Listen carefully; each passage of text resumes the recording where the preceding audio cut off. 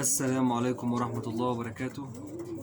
هنتكلم النهاردة يا جماعة موضوع عن الحمام بتاع المراسلة. هنتكلم عن الحشرات والأمراض اللي بتكون في الريش بتاع الحمام بتاع المراسلة.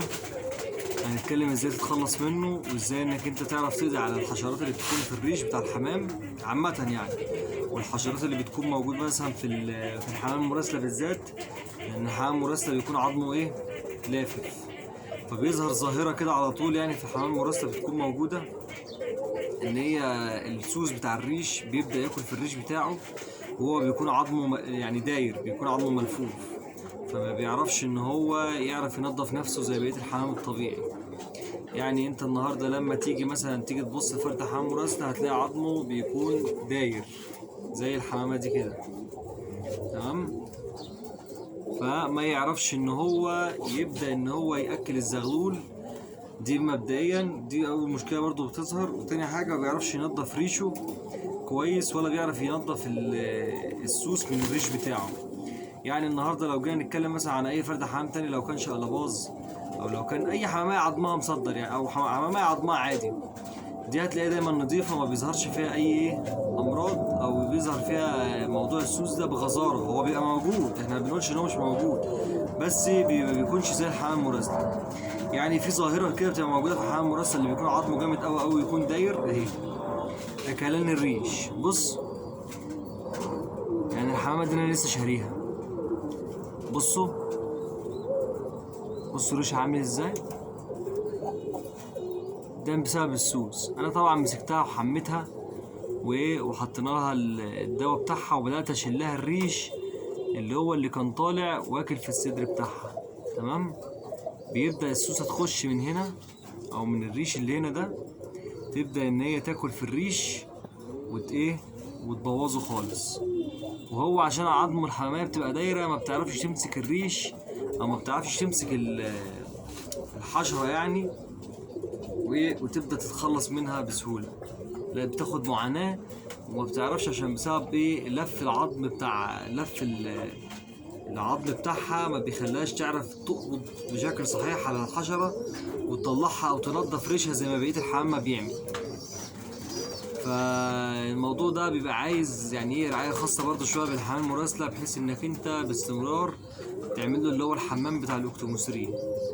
الاكتوموسرين ده اسمه ماده بشريه يعني، بتاعت الحشرات وكده، بتتباع في الصيدليه البشريه، اسمها اكتوموسرين 5%.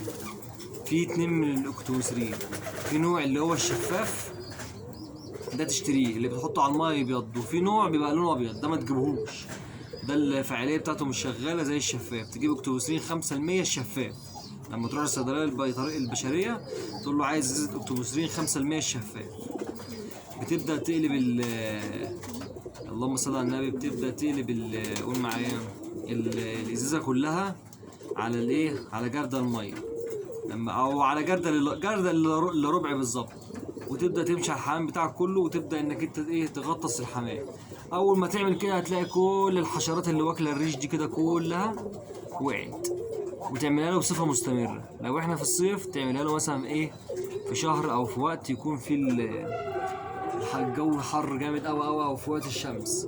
لو احنا في وقت الشتاء تيجي في حاجه اسمها على الموبايل كده الطقس حاول تخش عليه وتشوف اكتر يوم هتكون درجة الحرارة فيه واصلة للذروة. يعني مثلا لو احنا مثلا في الشتاء، شوف اكتر يوم هيكون درجة الحرارة فيه 25-30، وتيجي هو الشمس شغالة وتقوم محميهم وتاخدهم في سلاكة ولا تحطهم في قفص وتقوم حاططهم في الشمس، سيبهم بقى هم مع نفسهم يبدأوا يتشمسوا. بالطريقة دي انت بتبدأ ان انت تحافظ عليهم وعلى ريشهم وعلى صحتهم، تمام؟ وكل فترة وفترة كده تبص في ريشهم وتشوف في مثلا سوسة، في أملاية، الحاجات دي كلها تشيلها. الأمل أصلا لما بيخش في فرد الحمام وأنت مهما أكلته وهو في حاجة، بيبدأ يخش على ريش الحمام، ويبدأ إن هو يسحب من الدم ويسحب من الغذاء بتاعه. فهو مهما أنت أكلته ومهما أنت شربته ما بيعرفش إن هو برضه يعني يستفيد بغذاء كامل، برضه بيسحب من غذائه وبيسحب من الاكل بتاعه. فانت لما تعمل كده هتبدا المناعه، ويبدا لما انت تنظف هتبدا المناعه بتاعته تزيد، وصحته تبدا ترد من اول وجديد. فكل ما ياكل هيرد على صحته، كل ما هياكل هيرد على صحته. ففي الوقت اللي انت بتعمل فيه كده هتلاقي المناعه زادت. فلو في يوم من الايام جه صادفك مرض او جه دخل عندك مرض، هتلاقي الحمام ايه؟ مناعته شديده، عارف يستحمل الامراض وعارف يستحمل الحاجات دي كلها. وبصفه عامه بتخلي شكل الحماميه شكلها حلو، وبتخلي الريشه كده فيها لمعه. فانت مثلا هنقول مثلا ايه، كل 3 شهور اعملها مره. بس لو الموضوع لسه في بدايته عندك، الدبان بيبقى سايب بيض جوه الريش، الاكتوموسري ما بيعرفش يقضي عليه. فانت بعد كده بعد ما بتعملها مثلا، يعني انت عملتها مثلا يوم الجمعه، ترجع تعيد عليها تاني يوم الخميس اللي بعده او الاربع، عشان بيكون البيض بتاع الدبان بيبدا يفقس.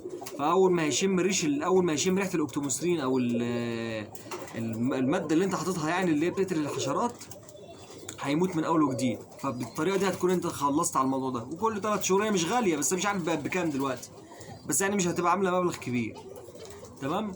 هتبدا تعمل الموضوع ده كل مثلا شهرين، هتلاقي الحمام بتاعك زي الفل. وحاول ما تزودش في الجرعه بتاعته عشان الحمام ما يدروخش منك. تمام. ده كان موضوع الحلقه، ويا ريت بس نحافظ على الحمام ونحافظ على الحاجه، والدنيا تبقى باذن الله كويسه. والسلام عليكم ورحمه الله وبركاته.